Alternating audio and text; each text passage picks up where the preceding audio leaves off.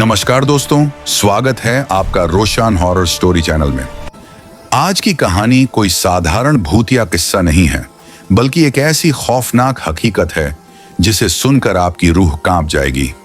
क्या आपने कभी सोचा है कि अगर आप किसी ऐसी जगह फंस जाएं जहां मौत आपका पीछा नहीं कर रही बल्कि आपका इंतजार कर रही हो? आज हम चलेंगे एक ऐसे ही गांव की ओर जो आपको महसूस कराएगा ऐसा डर जिसे आप कभी नहीं भूल पाएंगे। गांव का नाम है रक्तपुर।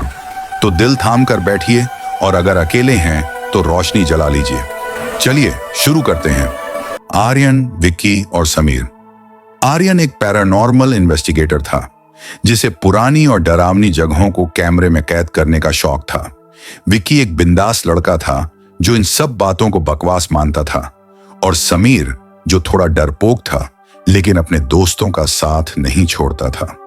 अक्टूबर की एक सर्द रात थी।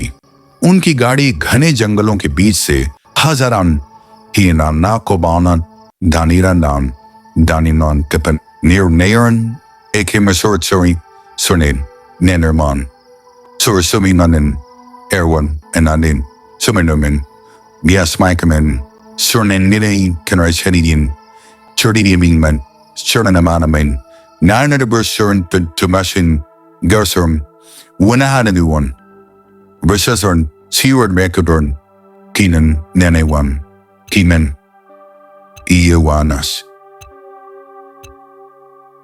Pinanane, Danan, हिलनन गुजर रही थी।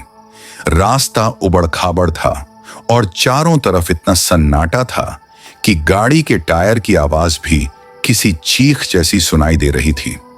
भाई, मुझे यह जगह ठीक नहीं लग रही, समीर ने खिड़की के बाहर देखते हुए कहा।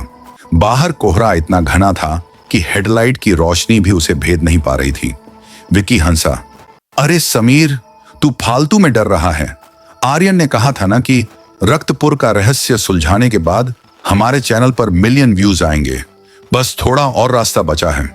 तभी अचानक सड़क के बीचों बीच एक बूढ़ा आदमी खड़ा दिखाई दिया। आर्यन ने जोर से ब्रेक मारा। टायर जमीन पर रगड़ते हुए चीख उठे। वह बूढ़ा आदमी फटे पुराने सफेद कपड़ों में था और उसकी आंखों में एक अजीब सी चमक थी। आर्यन बाहर निकला। बाबा, आप इस वक्त यहां क्या कर रहे हैं? और यह गांव रक्तपुर कितनी दूर है? बूढ़े ने अपनी कंपाती उंगली से घने जंगल की ओर इशारा किया और भारी आवाज में बोला, वहां मत जाओ बेटा। वहां सूरज ढलने के बाद इंसान नहीं, सिसकियां चलती हैं। काल भैरव के मंदिर की घंटियां आज फिर बज रही हैं, और जब वो बजती हैं तो धरती खून मांगती है। विक्की ने हंसते हुए कहा, बाबा, ये डराने वाली बातें किसी और को सुनाना, हमें वहां जाना ही है। बूढ़ा गायब हो गया। हाँ, पलक झपकते ही वह धुंध में ओझल हो गया। समीर का चेहरा सफेद पड़ गया था, लेकिन आर्यन के मन में जिज्ञासा और बढ़ गई थी। रात के करीब 12 बजे वे रक्तपुर गांव की सीमा में दाखिल हुए।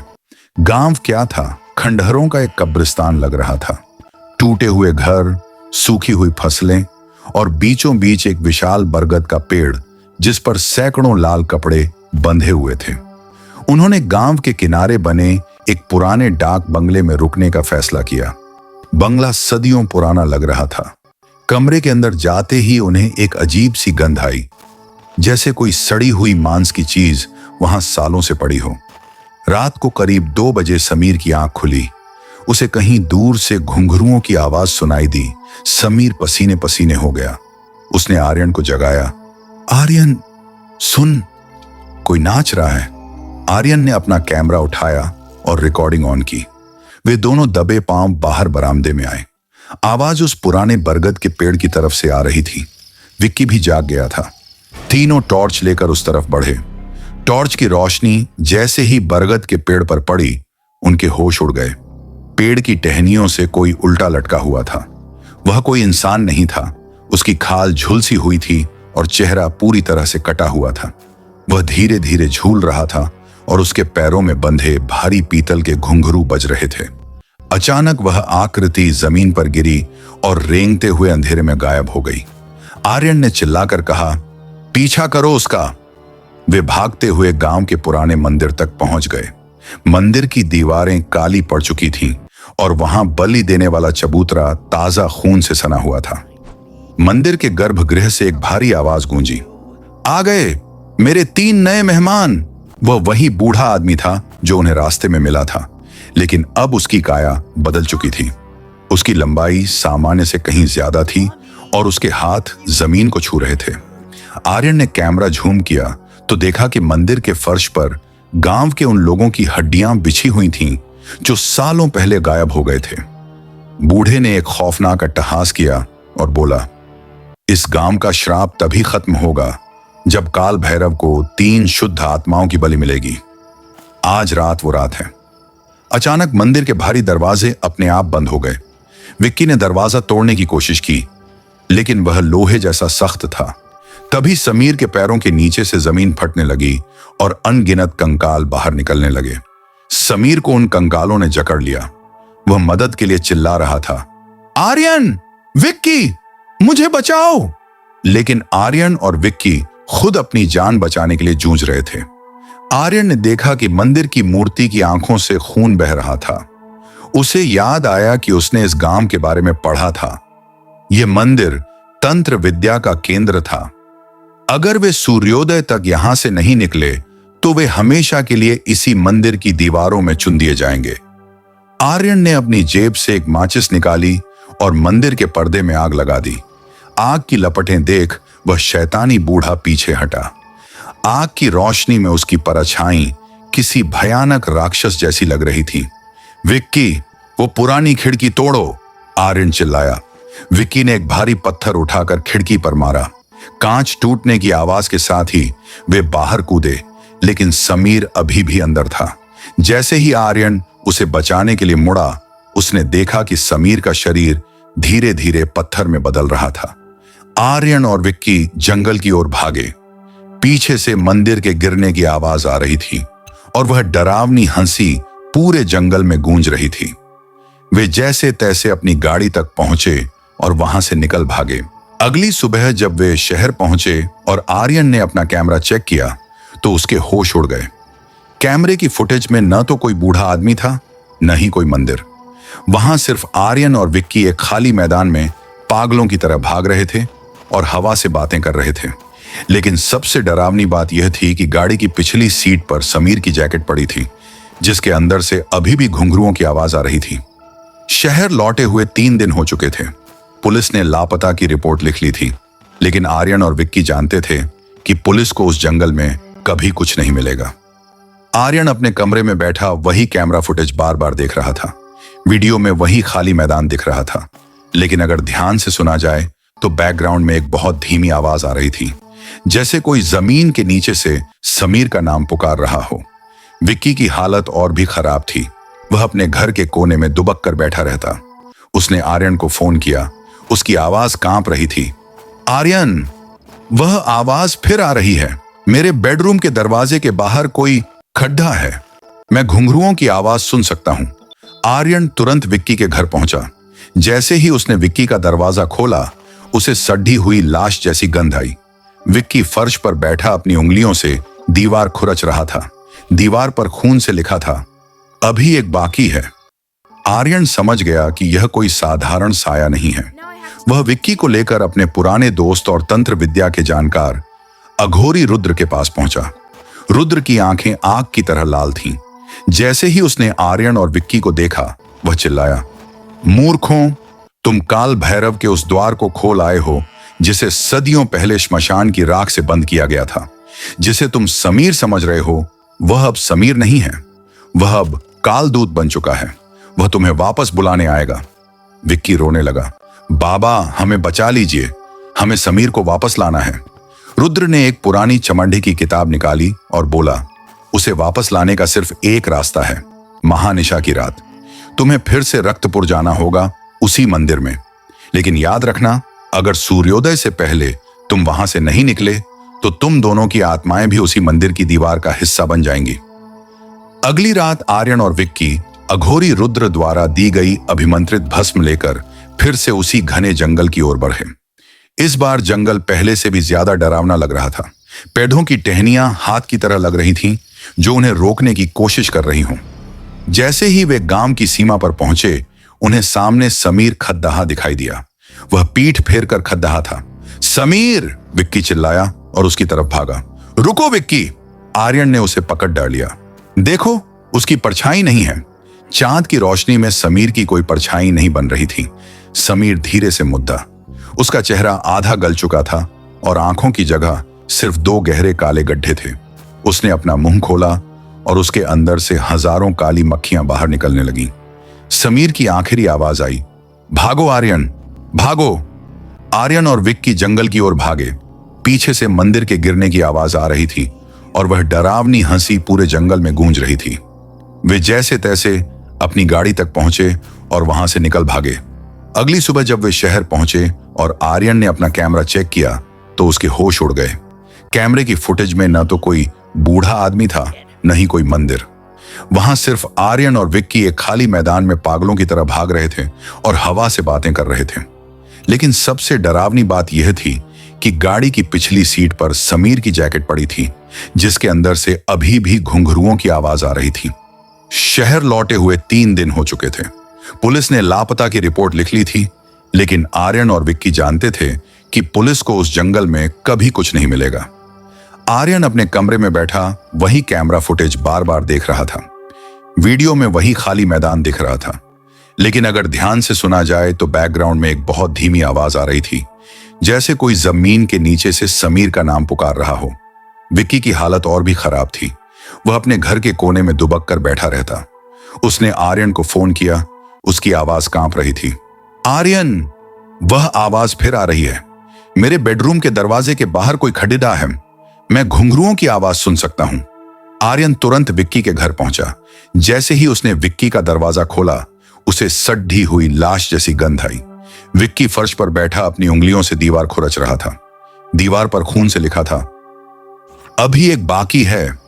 आर्यन समझ गया कि यह कोई साधारण साया नहीं है। वह विक्की को लेकर अपने पुराने दोस्त और तंत्र विद्या के जानकार अघोरी रुद्र के पास पहुंचा। रुद्र की आंखें आग की तरह लाल थीं।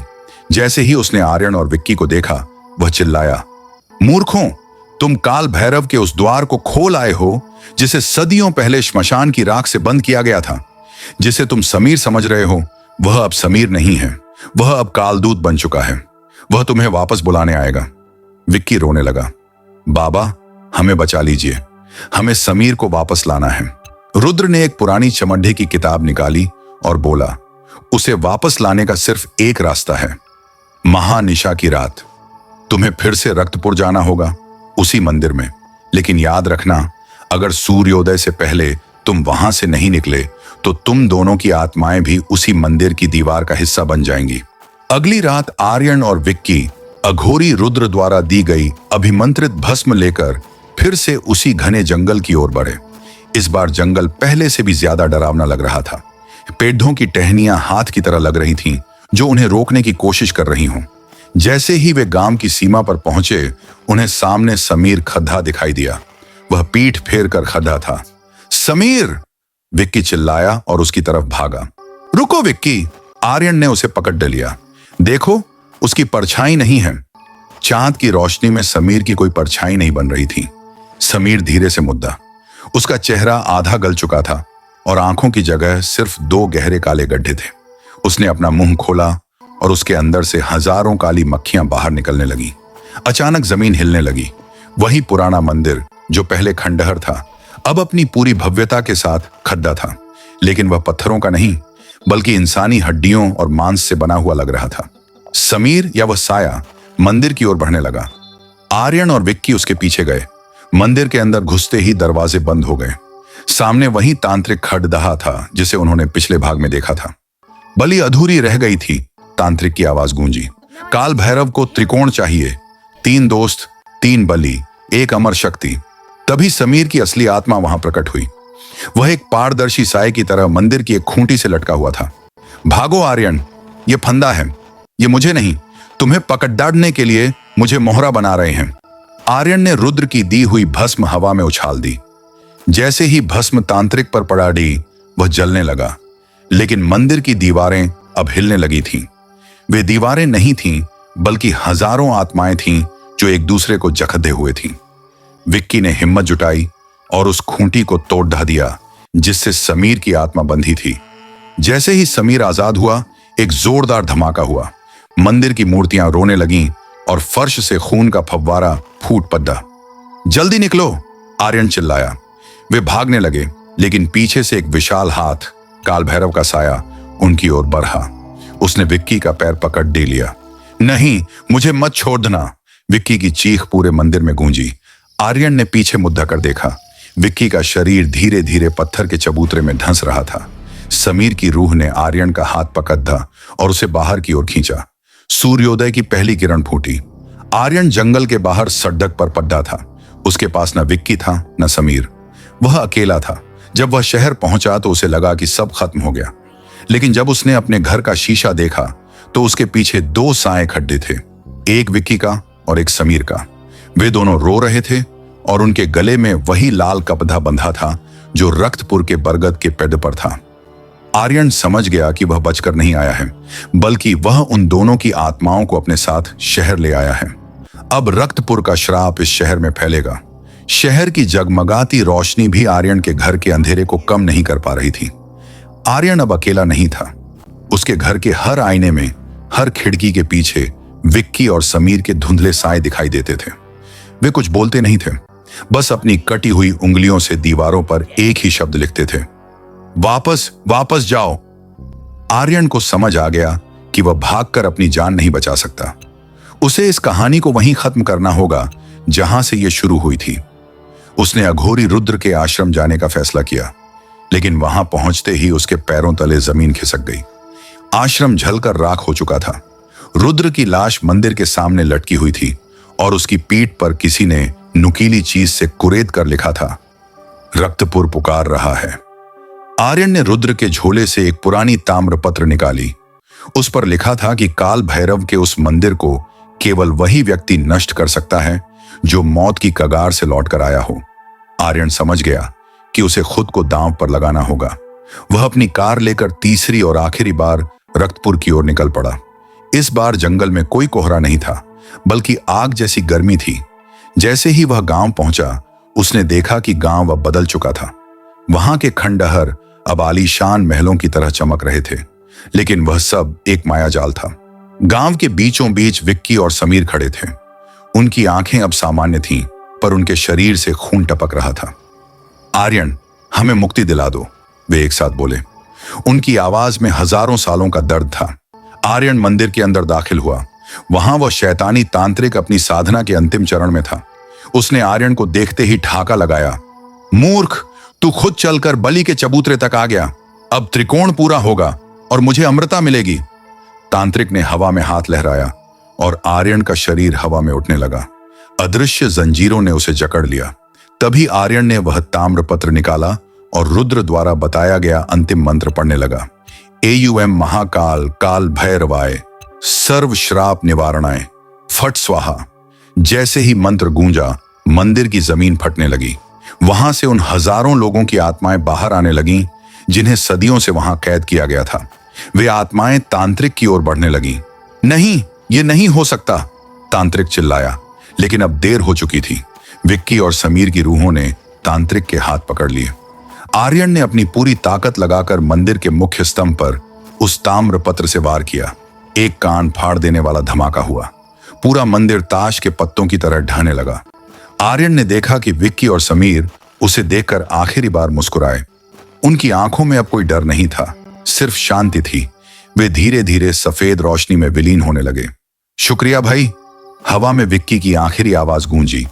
आर्यन को लगा कि वह भी मलबे में दब जाएगा, लेकिन तभी उसे एक जोरदार धक्का लगा और वह मंदिर के बाहर जा गिरा। जब उसकी आंख खुली तो सूरज निकल रहा था। आर्यन ने सामने देखा। न वहां कोई मंदिर था, न कोई गांव, सिर्फ एक बंजर जमीन थी जहां कुछ पुरानी हड्डियां बिखरी हुई थीं। रक्तपुर का अस्तित्व हमेशा के लिए मिट चुका था। वह अपनी गाड़ी की ओर बढ़ा। उसने अपनी जेब से फोन निकाला और वह आखिरी वीडियो डिलीट कर दी। वह अब इस खौफ को दुनिया को नहीं दिखाना चाहता था। लेकिन जैसे ही उसने गाड़ी का स्टार्टर दबाया, उसे डैशबोर्ड के कांच पर एक छोटा सा निशान दिखा। वह विक्की के हाथ का निशान था जो धूल में बना हुआ था। आर्यन मुस्कुराया और उसकी आंखों से आंसू निकल आए। उसने अपनी जान तो बचा ली थी, पर अपने सबसे अच्छे दोस्तों को हमेशा के लिए खो दिया था। गाड़ी आगे बढ़ी, लेकिन दूर कहीं जंगल से अभी भी एक बहुत ही धीमी घुंघरुओं की आवाज आ रही थी।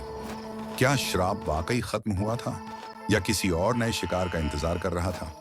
तो दोस्तों, यह था काल भैरव का शापित बुलावा का अंतिम अध्याय। आर्यन बच तो गया, लेकिन उसकी जिंदगी अब पहले जैसी कभी नहीं रहेगी। ये कहानी हमें सिखाती है कि कुछ रहस्य ऐसे होते हैं जिन्हें कभी नहीं छेड़ना चाहिए। दोस्तों, अगर यह कहानी पसंद आई हो तो हमारे चैनल रोशन हॉरर स्टोरी को सब्सक्राइब करें और वीडियो को लाइक करें। अपने दोस्तों को भी शेयर करें, जिससे उन्हें भी असली डर का एहसास हो सके। कमेंट में जरूर बताएं कि आपको सबसे डरावना सीन कौन सा लगा। सावधान रहें, सुरक्षित रहें, क्योंकि क्या पता अगली आहट आपके ही दरवाजे पर हो। धन्यवाद। मिलते हैं एक और नई खौफनाक कहानी के साथ। नमस्कार दोस्तों, स्वागत है आपका रोशन हॉरर स्टोरी चैनल में। यहां कहानियां देखी नहीं जाती, सिर्फ सुनी जाती हैं और दिल के अंधेरे को छू जाती हैं।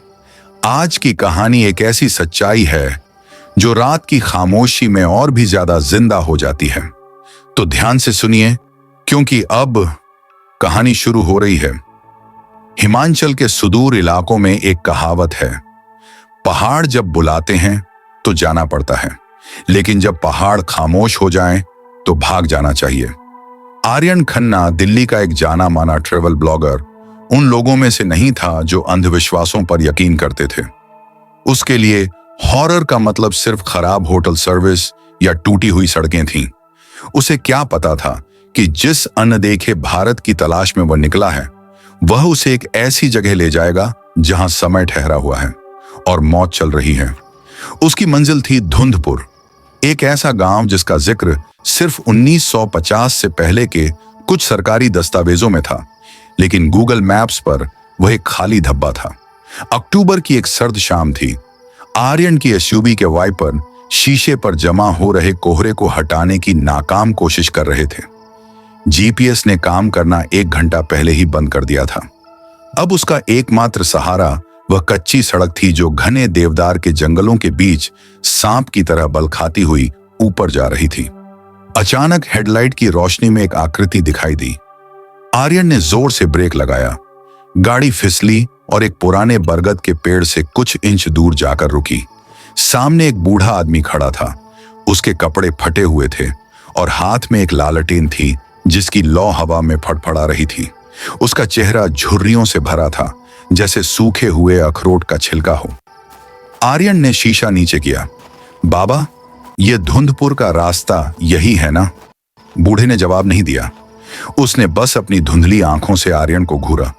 उसकी आंखों में पुतलियां नहीं थीं, सिर्फ सफेदी थी, या शायद कोहरे की वजह से आर्यन को ऐसा लगा। वापस मुड़ जा साहब। बूढ़े की आवाज किसी सूखी टहनी के टूटने जैसी कर्कश थी। आगे रास्ता नहीं, केवल खाई है। मुझे बताया गया है कि गांव बस 5 किलोमीटर दूर है, आर्यन ने झुंझलाते हुए कहा। वह थका हुआ था। बूढ़ा थोड़ा करीब आया। अब आर्यन को उसके शरीर से आती एक अजीब सी गंध महसूस हुई, गीली मिट्टी और सड़े हुए फूलों की गंध। धुंधपुर अब इंसानों का नहीं है, बूढ़े ने फुसफुसाते हुए कहा। वहां वो जाग गई है। आज रात अमावस्या है। अगर अपनी जान प्यारी है तो गाड़ी घुमा और नीचे चला जा। आर्यन हंसा। बाबा, मैं भूत प्रेत में नहीं मानता, हटो रास्ते से। उसने गाड़ी का गियर बदला और एक्सीलेटर दबा दिया। जैसे ही गाड़ी बूढ़े के पास से गुजरी, आर्यन ने रियर व्यू मिरर में देखा। सड़क खाली थी।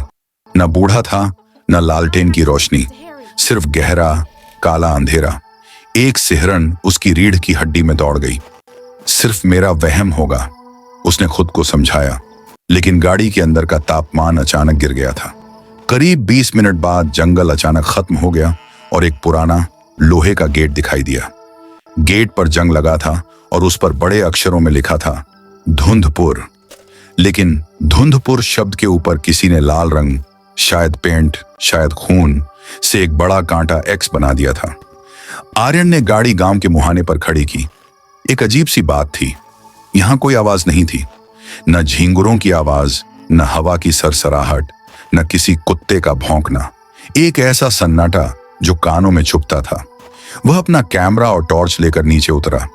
गांव की बनावट अजीब थी। सारे घर पत्थर और लकड़ी के बने थे, लेकिन सबके दरवाजे खुले थे, मानो सब लोग एक साथ जल्दबाजी में कहीं चले गए हों।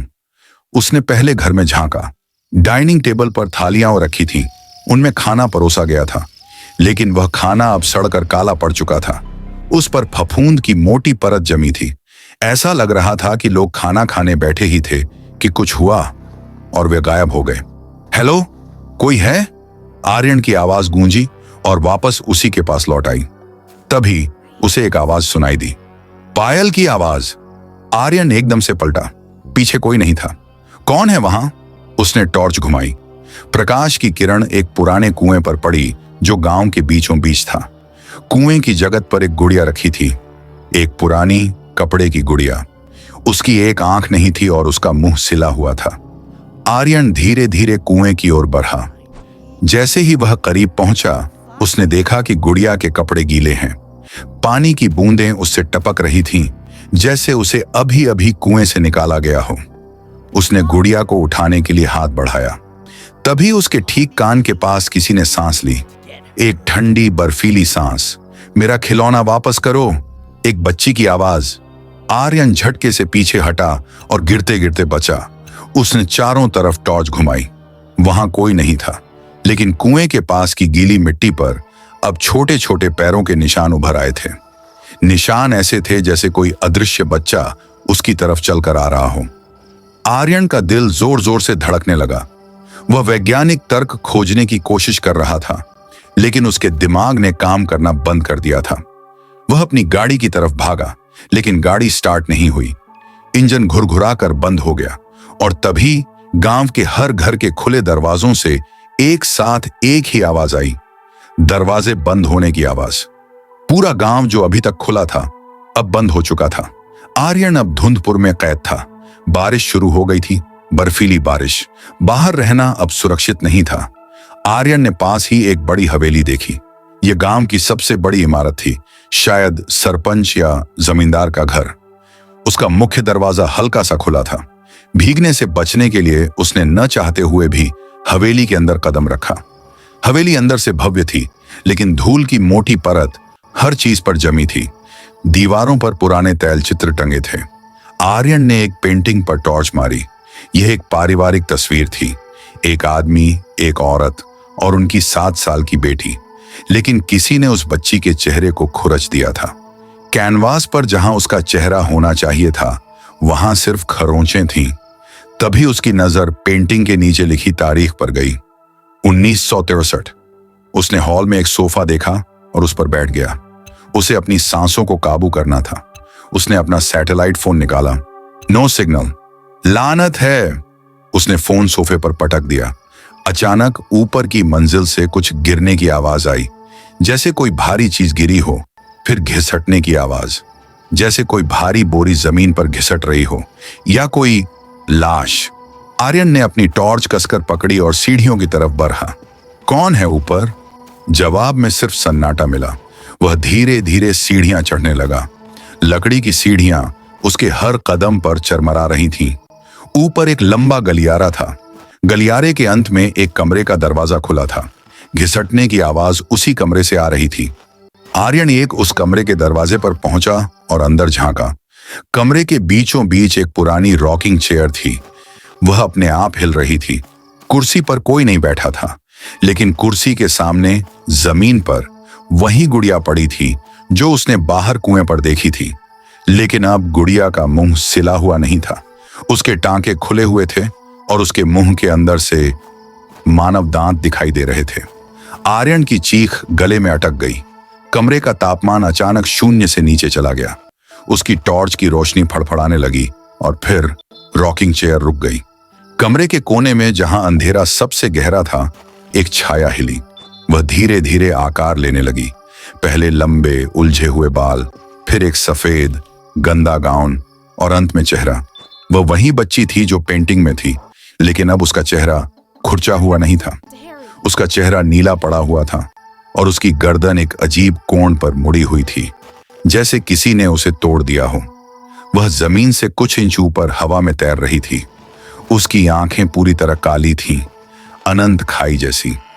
बच्ची ने अपना मुंह खोला और उसकी आवाज ऐसी थी जैसे कई लोग एक साथ बोल रहे हों। तुमने दादा की बात नहीं मानी। आर्यन पीछे हटने लगा, लेकिन दरवाजा अपने आप बंद हो गया। आर्यन दरवाजे को पीट रहा था। खोलो, मुझे जाने दो। लेकिन दरवाजा टस से मस नहीं हुआ। जब उसे लगा कि वह अब नहीं बच पाएगा, तभी बच्ची गायब हो गई। रॉकिंग चेयर फिर से हिलने लगी और गुड़िया अपनी जगह पर पड़ी रही।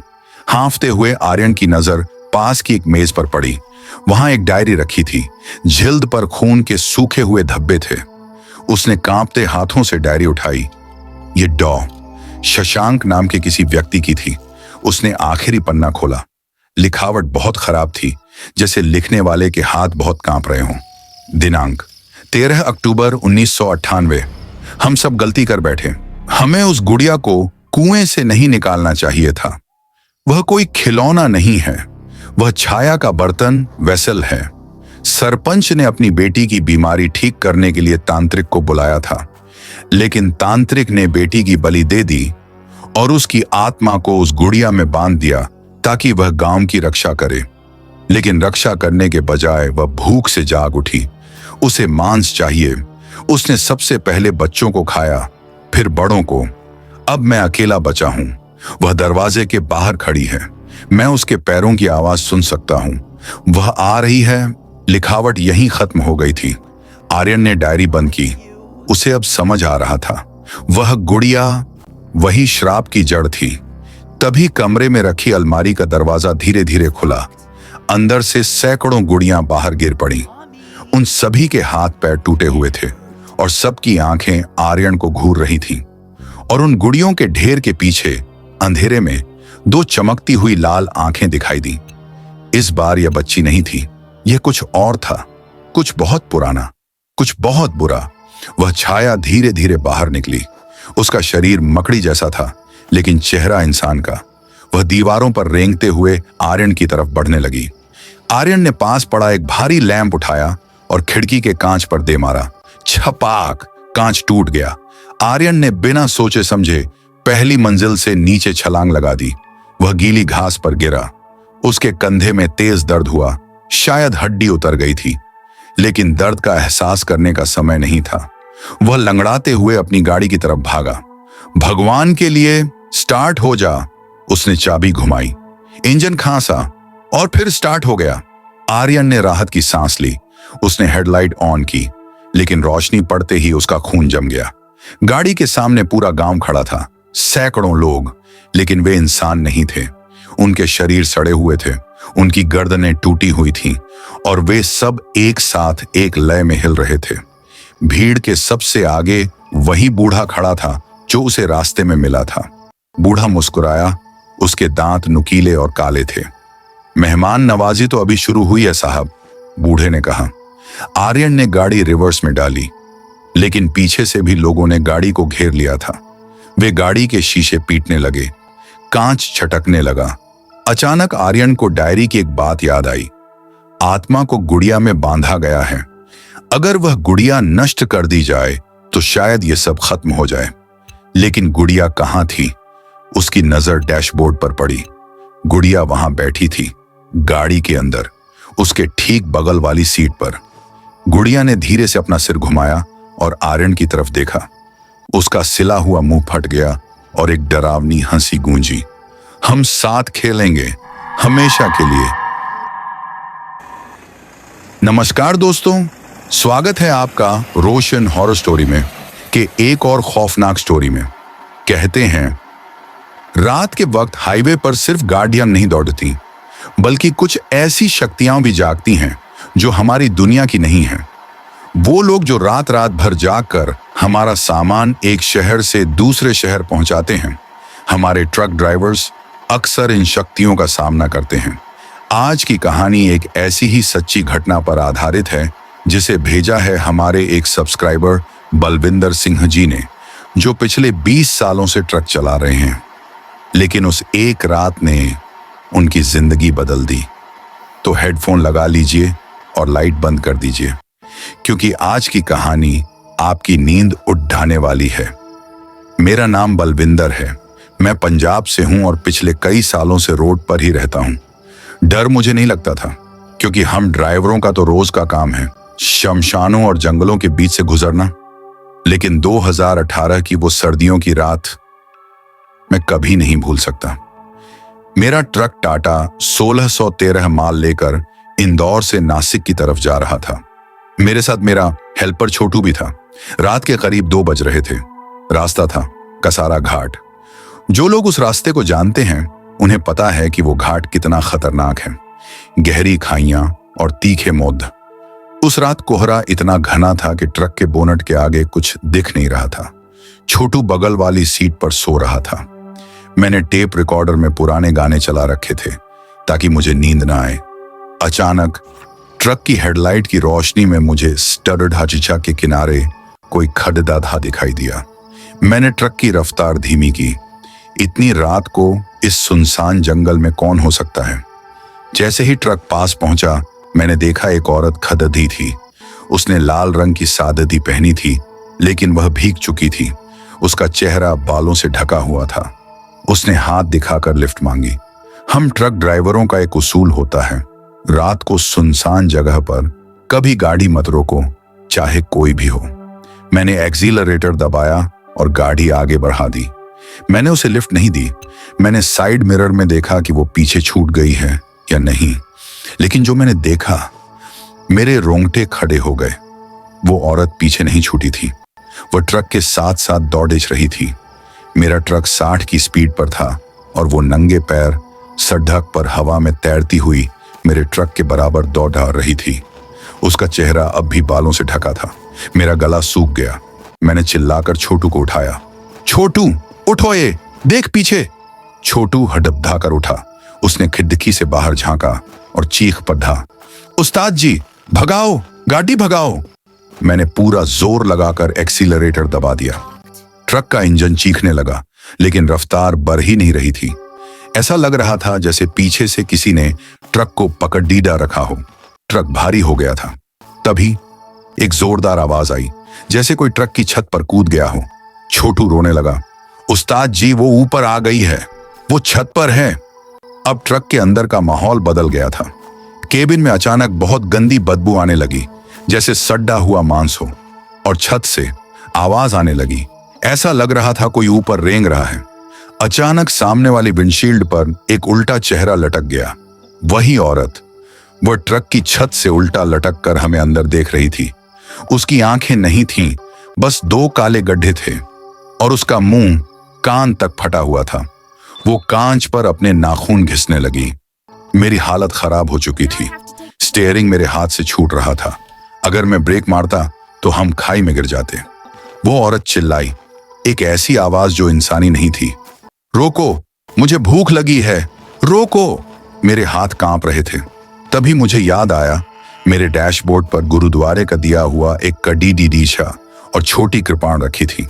मैंने एक हाथ से स्टीयरिंग संभाला और दूसरे हाथ से वो कड्ढा मुट्ठी में भींच लिया। मैं जोर जोर से वाहे गुरु का नाम जपने लगा। सतीनाम श्री वाहे गुरु, सतीनाम श्री वाहे गुरु। जैसे ही मैंने पाठ शुरू किया, वो औरत तड़पने लगी। उसने कांच पर जोर से हाथ मारा। कांच में दरार आ गई, लेकिन वो अंदर नहीं आ पाई। अगले ही पल एक तीखा मोद्दा आया। मैंने ट्रक घुमाया और एक झटके के साथ छत से किसी चीज के गिरने की आवाज आई। मैंने मिरर में देखा, वो सड़क पर गिर गई थी। वो पीछे खदी होकर अब भी हमें घूर रही थी और उसकी वो लाल साधी अब हवा में नहीं बल्कि आग की लपटों जैसी लग रही थी। मैं नहीं रुका। मैं अगले 50 किलोमीटर तक नहीं रुका। जब सुबह के 5 बजे और हम एक ढाबे पर पहुंचे, तब जाकर मैंने ब्रेक लगाया। हम दोनों पसीने में लथपथ थे। ट्रक की छत पर जब हमने देखा तो वहां लोहे की बॉडी पर बड़े बड़े नाखूनों के निशान थे, जैसे किसी जंगली जानवर ने हमला किया हो। ढाबे वाले ने जब हमारी हालत देखी तो उसने बस इतना कहा, सरदार जी शुक्र मनाओ आप जिंदा हो। उस मोदा पर 5 साल पहले एक बारात की बस खाई में गिरी थी। वो दुल्हन आज भी अपनी बारात ढूंढती है। उस दिन के बाद से मैंने रात को कसारा घाट पर गाड़ी चलाना छोड़ दिया। आज भी जब मैं उस रास्ते के बारे में सोचता हूं तो कानों में वो आवाज गूंजती है, रोको, मुझे भूख लगी है। तो दोस्तों, ये थी बलविंदर जी की सच्ची घटना।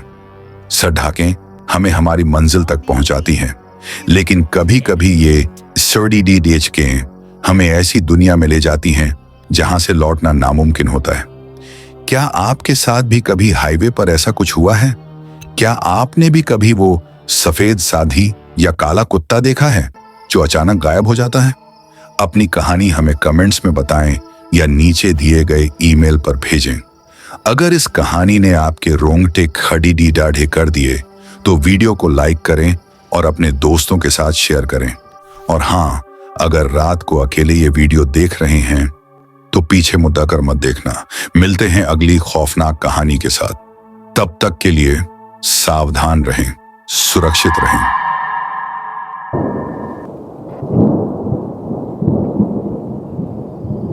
रात के सन्नाटे में जब सब सो जाते हैं और सिर्फ हवा की आवाज जिंदा होती है, तब कुछ जगहें जाग जाती हैं।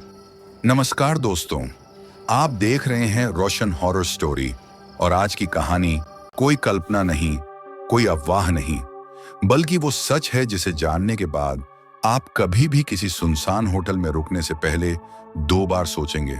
क्योंकि आज की कहानी है कब्रिस्तान पर बना होटल। शहर से करीब 40 किलोमीटर दूर पहाड़ियों के बीच एक नया होटल बना था। Hotel Shanti palace. नाम जितना शांत जगह उतनी ही बेचैन। अजीब बात यह थी कि जहां एक रात का किराया आसपास के होटलों में 3000 से 4000 रुपये था, वहीं यहां सिर्फ 499 रुपए। ना कोई ऑफर, ना कोई त्योहार, बस इतना सस्ता कि लोग खुद ब खुद खींचे चले आते।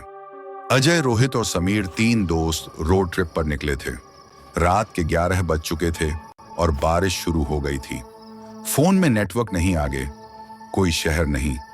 तभी रास्ते में एक पुराना सा बोर्ड दिखा, होटल शांति पैलेस। 500 मीटर। तीनों ने राहत की सांस ली। होटल में घुसते ही अजीब सी ठंड महसूस हुई। रिसेप्शन पर एक औरत बैठी थी, चेहरा पीला, आंखें गहरी और मुस्कान बहुत ज्यादा लंबी।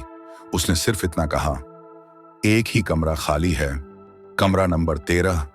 कमरे में घुसते ही एक अजीब सी बदबू, जैसे गीली मिट्टी और सड़े फूलों की। दीवारों पर हल्की हल्की दरारें, जैसे किसी ने नाखूनों से खुरचा हो। रात के 12:07 पर अचानक दरवाजे पर दस्तक। बाहर कोई नहीं था, लेकिन दरवाजे पर कागज चिपका था, होटल रूल्स, रात 12 के बाद दरवाजा न खोलें, अगर कोई नाम लेकर बुलाए जवाब न दें, बाथरूम का शीशा ढक कर रखें, 3 से 3:15 तक आंखें बंद रखें, चीख सुनाई दे तो कान बंद करें। नीचे लिखा था, हम आपकी सुरक्षा के जिम्मेदार नहीं। समीर को नींद नहीं आ रही थी। वो खिड़की से झांका। नीचे जो देखा उसने उसकी सांस रोक दी। होटल के नीचे कब्रें, सैकड़ों कब्रें, कुछ टूटी हुई, कुछ से हाथ बाहर निकले हुए, और होटल की नींव सीधे कब्रों के ऊपर। घड़ी ने 3 बजाए। अचानक कमरे की लाइट बंद। बाथरूम से किसी के रोने की आवाज। शीशे में 3 परछाइयां, जबकि कमरे में 3 नहीं 4 लोग थे। रोहित ने धीरे से पूछा, कौन है? शीशे से आवाज आई, ये हमारी जमीन है। तभी दीवार से एक औरत बाहर निकली, जिसका आधा शरीर जला हुआ था। उसने कहा, होटल नहीं, ये हमारी कब्र है। ये होटल 20 साल पहले बना था। पहले यहाँ एक बड़ा कब्रिस्तान था, लेकिन बिल्डर ने लाशें हटवाने के बजाय उनके ऊपर सीमेंट डाल दिया। कुछ लाशें जिंदा दफन थीं। सबसे पहले समीर गायब हुआ। बाथरूम में सिर्फ खून और मिट्टी। फिर रोहित। उसकी आवाज लिफ्ट से आई, अजय, ये लोग नीचे से ऊपर आ रहे हैं। सुबह 5 बजे पूरा होटल हिलने लगा। दीवारों से हाथ निकलने लगे, कब्रें फटने लगीं। अजय किसी तरह बाहर भागा। पीछे मुड़कर देखा, होटल धीरे धीरे जमीन में समा रहा था। आज वहां कोई होटल नहीं, लेकिन रात के 12 बजे अगर आप उस रास्ते से गुजरें तो एक बोर्ड दिखता है, hotel Shanti palace, vacancy available. सुबह 8 बजे अजय को होश आया। वो एक पुलिस स्टेशन में था। कपड़े गंदे, हाथ कांप रहे थे, आंखें लगातार किसी को ढूंढ रही थीं। इंस्पेक्टर ने पूछा, होटल कहाँ है? अजय ने नक्शे पर जगह बताई। पुलिस टीम वहां पहुंची, लेकिन वहां कुछ भी नहीं था। ना होटल, ना इमारत, ना मलबा, बस एक खुला मैदान और जमीन पर पुरानी टूटी कब्रें। पुलिस को शक हुआ कि अजय झूठ बोल रहा है, लेकिन फिर हाईवे के टोल प्लाजा का सीसीटीवी चेक किया गया। फुटेज में अजय अकेला था।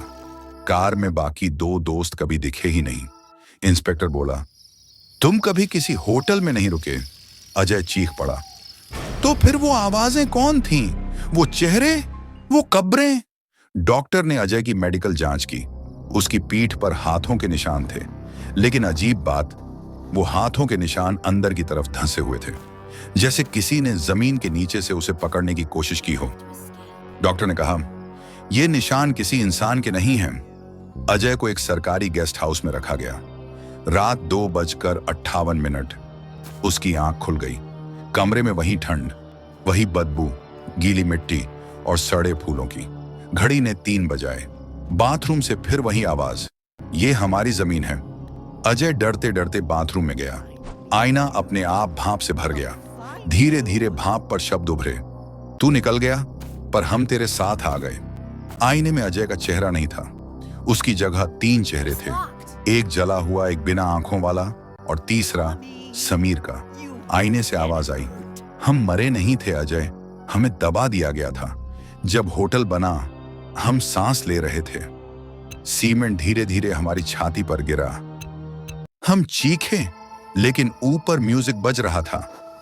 होटल लोगों को मारने के लिए नहीं बना था, वो बना था गवाह बनाने के लिए। हर जो वहां रुका या तो मर गया या पागल हो गया, क्योंकि किसी को तो उनकी कहानी बाहर ले जानी थी। अजय ने भागने की कोशिश की, लेकिन हर रास्ते पर वही board, hotel Shanti palace room available. उसके फोन में अपने आप एक नोट खुला, अब अगला तू नहीं चुनेगा, हम चुनेंगे। अजय जिंदा बच गया था, लेकिन होटल उसे कभी बाहर नहीं गया। कब्रिस्तान की मिट्टी अब उसके घर तक आ चुकी थी और दीवार पर लिखा था, चेकआउट टाइम ओवर। सुबह के 6 बजे थे। अजय अपने कमरे में बैठा था, लेकिन उसे ऐसा लग रहा था जैसे वो किसी और जगह है। दीवारें धीरे धीरे नम होने लगी, फर्श से मिट्टी की गंध, और सबसे डरावनी बात, उसके घर में कोई शीशा साफ नहीं था। हर आईने पर हल्की धुंध, जैसे कोई अंदर से सांस ले रहा हो। पड़ोसियों ने पुलिस को फोन किया। उनका कहना था, इस घर से रात में लोगों के चलने की आवाज आती है।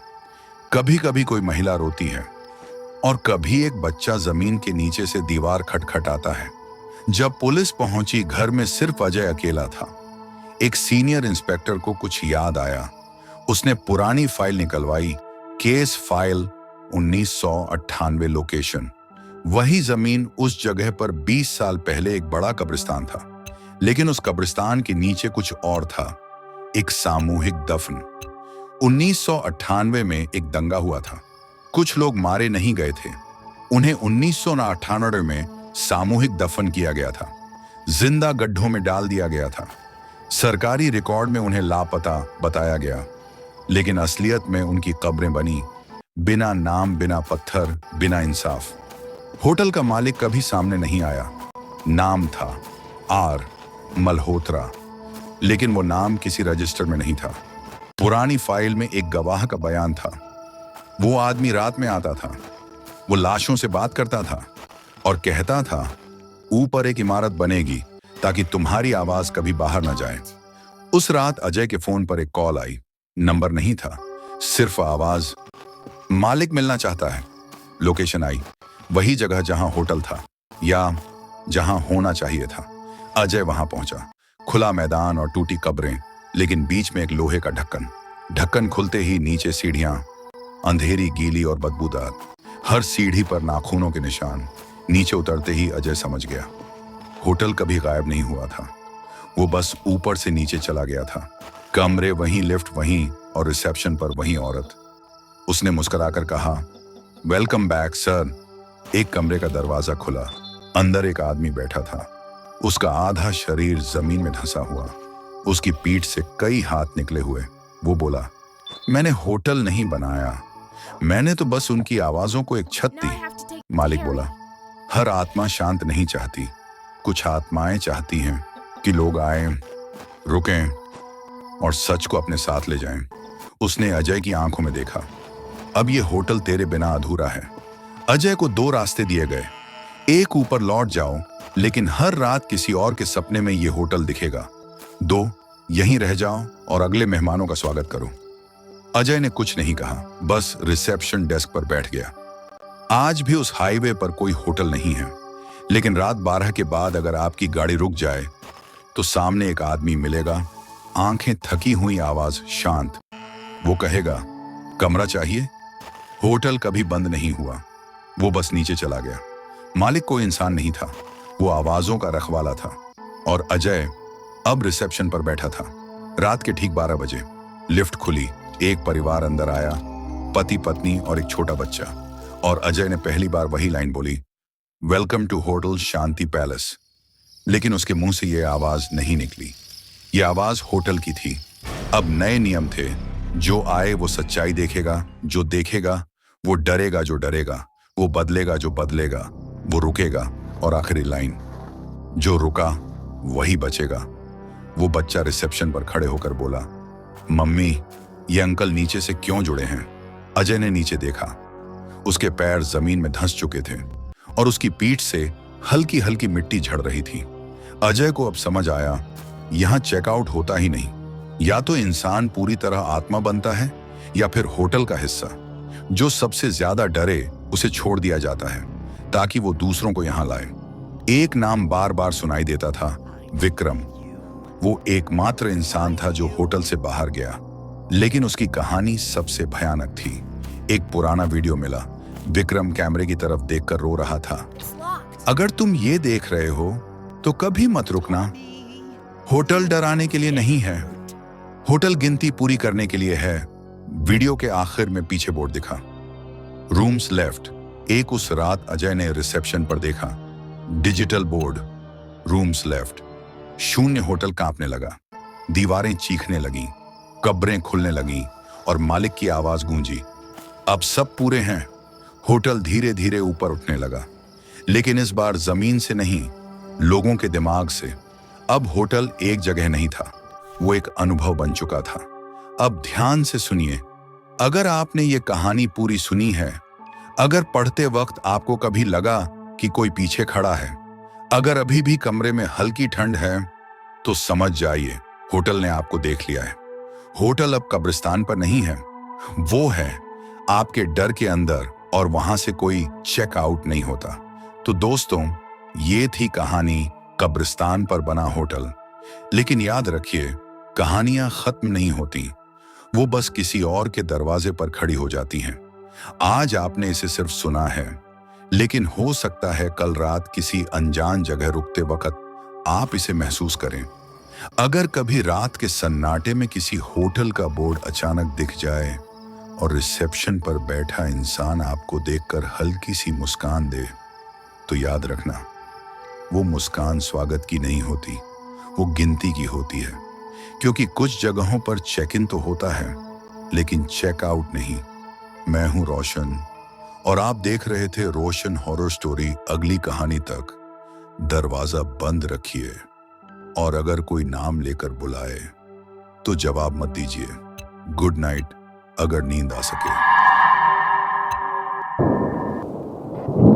भारत के हर गांव में कोई ना कोई रहस्य छुपा होता है। कुछ रहस्य दिन के उजाले में सोए रहते हैं, लेकिन जैसे ही रात होती है वो जिंदा हो जाते हैं। आज मैं आपको ले चलूंगा एक ऐसे गांव में जहां सूरज ढलते ही दरवाजे बंद हो जाते हैं, जहां पीपल के पेड़ के नीचे कोई नहीं जाता, और जहां रात 12 बजे एक औरत की आवाज गूंजती है। गांव वाले उसे कहानी कहते हैं, लेकिन जिसने उसे अपनी आंखों से देखा वो आज तक चुप है। तो दोस्तों, वीडियो को अंत तक जरूर देखिएगा, क्योंकि आखिरी हिस्सा आपकी नींद हमेशा के लिए छीन सकता है। तो हेडफोन लगा लीजिए, लाइट बंद कर लीजिए और खुद को तैयार कर लीजिए, क्योंकि यह कहानी सिर्फ डराने के लिए नहीं है। ये कहानी एक सच्चे डर का एहसास है। भारत के नक्शे पर आपको यह गांव कहीं नहीं मिलेगा, लेकिन अगर आप उत्तर भारत के पुराने इलाकों में जाएं, तो वहां के बुजुर्ग आज भी उस गांव का नाम लेते हुए कांप जाते हैं। गांव का नाम था धनपुर। धनपुर एक आम सा गांव था। चारों तरफ खेत, बीच में कच्ची सड़क, पीपल और बरगद के पेड़ और गांव के आखिर में एक पुरानी उजड़ी हवेली। दिन में सब कुछ सामान्य लगता था। बच्चे खेलते, औरतें कुएं से पानी भरती और बूढ़े लोग चौपाल पर हुक्का पीते। लेकिन जैसे ही सूरज ढलने लगता, पूरा गांव बदल जाता। शाम के ठीक 6 बजते ही गांव की गलियां खाली हो जाती। कोई बच्चा बाहर नहीं रहता, कोई औरत कुएं के पास नहीं जाती और कोई आदमी खेत की ओर देखने की हिम्मत नहीं करता। हर घर के दरवाजे बंद, खिड़कियों पर मोटे पर्दे और गांव में सिर्फ हवा की आवाज। अगर कोई बाहरी आदमी पूछता, अरे इतना डर क्यों, तो गांव वाले बस इतना कहते, भाई यहां रात नहीं होती, यहां कुछ और जाग जाता है। गांव के बीचों बीच एक बहुत पुराना पीपल का पेड़ था। दिन में उसके नीचे बच्चे खेलते थे, लेकिन शाम होते ही कोई उसके पास नहीं जाता। कहा जाता था कि रात 12 बजे उस पेड़ के नीचे एक औरत खड़ी रहती है। सफेद साड़ी, खुले 12 बजे उस पेड़ के नीचे एक औरत खड़ी रहती है। सफेद साड़ी, खुले बाल और चेहरा जिसे जिसने देखा वो दोबारा कभी हंस नहीं पाया। दोस्तों, हमारी कहानी शुरू होती है एक लड़के से। नाम था रवि। रवि शहर में पला बढ़ा था, पढ़ा लिखा और भूत प्रेत की बातों को बस अंधविश्वास मानता था। उसके पिता का गांव धनपुर में था और कई साल बाद रवि अपने पिता के साथ गांव आया था। पहली रात रवि को नींद नहीं आ रही थी। चारों तरफ सन्नाटा, ना कुत्ते भौंक रहे थे, ना झींगुर की आवाज, बस कभी कभी किसी के चलने की आवाज, जैसे मिट्टी पर नंगे पांव। रवि उठा, खिड़की से बाहर झांका और तभी उसने देखा पीपल के पेड़ के पास एक साया। हवा नहीं थी, लेकिन पेड़ की पत्तियां हिल रही थीं और अचानक रवि, किसी ने उसका नाम लिया। आवाज बहुत धीमी थी, लेकिन इतनी साफ जैसे कोई उसके कान में बोल रहा हो। रवि की सांस अटक गई। न उसने जवाब दिया, न आवाज लगाई, बस चुपचाप खिड़की बंद कर ली। सुबह होते ही रवि ने अपने पिता से पूछा, पापा रात को गांव में कोई घूमता है क्या? पिता का चेहरा पीला पड़ गया। उन्होंने धीमी आवाज में कहा, रवि, रात की बातों का दिन में जिक्र नहीं करते। दोपहर को रवि गांव की चौपाल पर गया। वहां एक बहुत बूढ़ा आदमी बैठा था, आंखें लाल, आवाज कांपती हुई। बूढ़े ने रवि को देखा और बस इतना कहा, शहर के लड़के, सूरज ढलने के बाद बाहर मत निकलना। रवि हंस दिया। बाबा, डर किस बात का? बूढ़ा पास आया और कान में बोला, क्योंकि वो अब फिर से जाग चुकी है। उस रात रवि ने ठान लिया था कि वो सच्चाई देखेगा। ठीक 11:55 पर वो चुपके से घर से बाहर निकला। पूरा गांव सोया हुआ था और जैसे ही घड़ी ने 12 बजे बजाया, पीपल के पेड़ के नीचे कुछ हिला। मिट्टी पर नंगे पांव चलने की आवाज। रवि का दिल जोर जोर से धड़कने लगा और तभी उसे महसूस हुआ वो अकेला नहीं है। रवि का पूरा शरीर सुन्न पड़ चुका था। वो पलटकर देखने की हिम्मत नहीं कर पाया। सांसें तेज, दिल जैसे बाहर निकल आएगा। और तभी, डर मत, आवाज औरत की थी, लेकिन उसमें गुस्सा नहीं, दर्द था। रवि धीरे धीरे मुड़ा। पीपल के पेड़ के नीचे वो औरत खड़ी थी। सफेद साड़ी, पैर जमीन को छू नहीं रहे थे। आंखें खुली थीं, लेकिन उनमें पुतलियां नहीं थीं। चेहरा सुंदर था, लेकिन बेहद उदास। रवि की आवाज गले में अटक गई। तुम कौन हो? औरत ने आसमान की ओर देखा और बोली, मैं इस गांव की सबसे बड़ी गलती हूं। तेज हवा चली, पीपल का पेड़ जोर से हिलने लगा और पलक झपकते ही वो औरत गायब। रवि जमीन पर बैठ गया, पसीने से भीगा हुआ। और तभी गांव की मस्जिद से सुबह की अजान की आवाज आई। सुबह गांव वैसा ही था जैसा हर दिन, लेकिन रवि बदल चुका था। उसने पिता से सब बताने की कोशिश की, लेकिन पिता ने एक ही बात कही, अगर जान प्यारी है तो उस हवेली के पास मत जाना। दोपहर में रवि चुपके से गांव के आखिर में गया। वही उजड़ी हवेली, टूटी खिड़कियां, काली दीवारें और दरवाजे पर सूखा हुआ लाल निशान, जैसे कभी किसी ने खून से कुछ बनाया हो। हवेली के पास कोई चिड़िया नहीं बैठती थी। अंदर जाने से पहले वही बूढ़ा आदमी रवि के सामने आ गया। उसने भारी आवाज में कहा, अब सुन ही ले, क्योंकि तू चुना जा चुका है। बूढ़े ने बताया, 30 साल पहले इस हवेली में एक औरत रहती थी। नाम था चंपा। वो बहुत सुंदर थी और हवेली के मालिक की पत्नी, लेकिन मालिक बहुत क्रूर था। गांव वालों ने कई रातें उसकी चीखें सुनी थीं। एक अमावस की रात पूरे गांव ने हवेली से एक जोर की चीख सुनी। सुबह पता चला चंपा मर चुकी है। कहाँ गया उसने खुद को मार लिया, लेकिन सच्चाई ये थी उसकी मौत नहीं हुई थी, उसे मारा गया था। डर के मारे गांव वालों ने उसका अंतिम संस्कार पीपल के पेड़ के नीचे कर दिया, बिना मंत्र, बिना पूजा। और तभी से हर अमावस को वो जाग जाती है। बूढ़े की आवाज कांपने लगी। पहली मौत हवेली के मालिक की हुई। एक सुबह वो हवेली के कमरे में मरा मिला, चेहरा नीला, आंखें बाहर की ओर, जैसे मरते वक्त कुछ बहुत डरावना देख लिया हो। तभी से गांव में नियम बन गया, सूरज ढलने के बाद बाहर नहीं निकलना, पीपल के पेड़ के पास नहीं जाना और हवेली को भूल जाना। रवि चुप रहा, फिर बोला, अगर वो गलत थी तो वो सबको क्यों डराती है? बूढ़ा बोला, क्योंकि कोई उसका सच सुनना नहीं चाहता। उस रात रवि फिर बाहर निकला, लेकिन इस बार वो पीपल की ओर नहीं, हवेली की ओर गया। दरवाजा अपने आप चरमराता हुआ खुला। अंदर ठंड थी, बहुत ज्यादा। हवेली की दीवारों पर खरोंच के निशान थे, जैसे किसी ने बचने की कोशिश की हो। और तभी रवि, वही आवाज। इस बार उसके सामने चंपा खड़ी थी। उसने एक कमरे की ओर इशारा किया। रवि अंदर गया। जमीन के नीचे एक ढका हुआ गड्ढा, और जैसे ही रवि ने मिट्टी हटाई, उसे दिखी एक पुरानी टूटी चूड़ी और एक कंकाल। रवि समझ चुका था चंपा को मारा गया था और सबने चुप्पी साध ली थी। और तभी हवेली का दरवाजा जोर से बंद हो गया।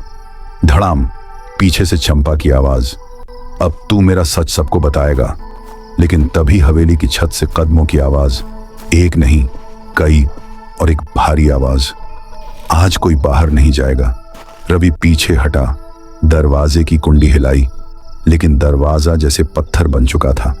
हवेली के अंदर ठंड इतनी ज्यादा थी कि सांस से भाप निकल रही थी। और तभी सीढ़ियों से कदमों की आवाज नीचे की ओर आने लगी। अंधेरे में एक नहीं, दो नहीं, 3 साए दिखाई दिए। उनके चेहरे साफ नहीं थे, लेकिन आंखें अजीब तरह से चमक रही थीं। रवि चिल्लाया, कौन हो तुम लोग? अचानक हवेली के एक कोने से चंपा की आवाज आई, ये वो लोग हैं जिन्होंने मेरी मौत देखी थी। रवि का दिल बैठ गया। वो साए असल में गांव के पुराने जमींदार और 2 गवाह थे, मर चुके, लेकिन चैन से नहीं।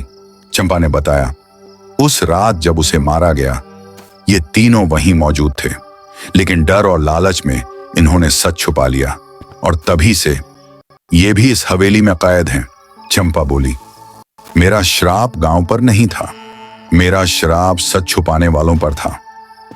रवि समझ चुका था, जब तक सच्चाई सबके सामने नहीं आएगी, तब तक कोई मुक्त नहीं होगा। चंपा रवि को एक आखिरी कमरे में ले गई। कमरे के बीचों बीच एक पुराना दिया रखा था। चंपा बोली, यह दिया अगर सूरज उगने से पहले चौपाल में जला दिया गया तो सच बाहर आ जाएगा, लेकिन अगर देर हो गई तो तू भी यहीं का हो जाएगा। अचानक हवेली झोर झोर से कांपने लगी, साए चीखने लगे, दरवाजा धीरे धीरे खुला। रवि ने दिया उठाया और पूरी ताकत से बाहर भागा। पीछे से कदमों की आवाज, चीखें और हवेली का डरावना शोर। जैसे ही रवि चौपाल पहुंचा, पूरा गांव इकट्ठा था। रवि ने कांपते हाथों से दिया जलाया और जोर से बोला, चंपा ने आत्महत्या नहीं की थी, उसे मारा गया था, और यह है सबूत। हवा तेज चली, पीपल का पेड़ हिलने लगा, और अचानक गांव के सामने चंपा की आत्मा प्रकट हुई। इस बार उसके चेहरे पर दर्द नहीं, शांति थी। उसने रवि की ओर देखा और बस इतना कहा, धन्यवाद, और धीरे धीरे हवा में घुल गई। पीपल का पेड़ शांत हो गया। उस दिन के बाद हवेली से आवाजें बंद हो गईं। गांव में रात होने लगी, बच्चे फिर से खेलने लगे। लेकिन रवि जब शहर लौट रहा था, उसने पीछे मुड़कर देखा। पीपल के पेड़ के नीचे एक और साया खड़ा था, जो चंपा नहीं था। शहर पहुंचने के बाद भी रवि को चैन नहीं मिला। रात को वही सपना, पीपल का पेड़, अंधेरा और कोई उसे पुकारता हुआ, वापस आओ। रवि समझ चुका था कहानी अधूरी है। एक हफ्ते बाद रवि फिर से धनपुर पहुंचा, लेकिन इस बार गांव बदला हुआ था। लोग बातें करते करते अचानक चुप हो जाते, बच्चे उसे देखकर वो अंदर भाग जाते, और वही बूढ़ा जो सब जानता था आज कहीं नहीं था। रवि को पता चला बूढ़ा मर चुका था, लेकिन मौत सामान्य नहीं थी। उसे पीपल के पेड़ के नीचे बेहोश पाया गया था, और मरने से पहले उसने मिट्टी पर उंगली से कुछ लिखा था, मालिक नहीं, मालिक का बाप। रवि गांव के रिकॉर्ड देखने पहुंचा और उसे पता चला 30 नहीं 50 साल पहले हवेली में एक और मौत हुई थी।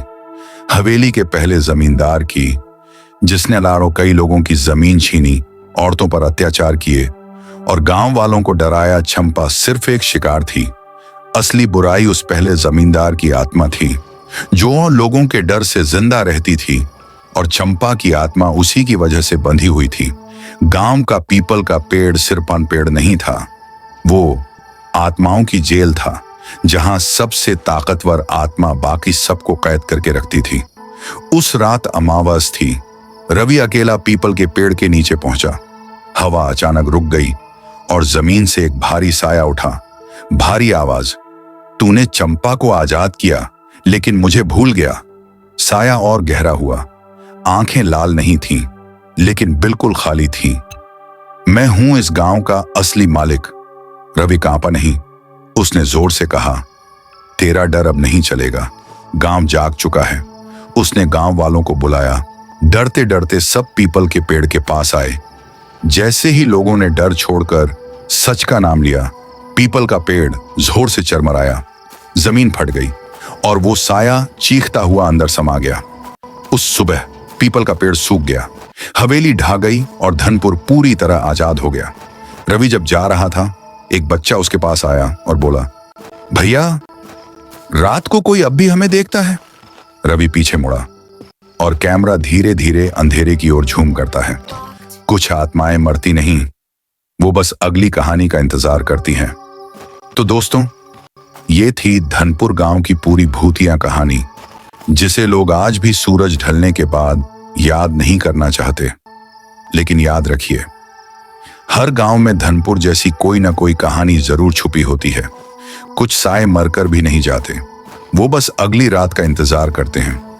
अगर आपको यह कहानी अंदर तक डरा गई हो, तो समझ लीजिए आपने सिर्फ कहानी नहीं सुनी, आपने एहसास किया है। वीडियो को लाइक कीजिए, चैनल को सब्सक्राइब कीजिए और कमेंट में बताइए आपके गांव की सबसे डरावनी कहानी क्या है, क्योंकि अगली कहानी शायद आपके ही गांव से हो। तब तक याद रखिए, डर दिखता नहीं, वो महसूस होता है। मिलेंगे अगली डरावनी कहानी में।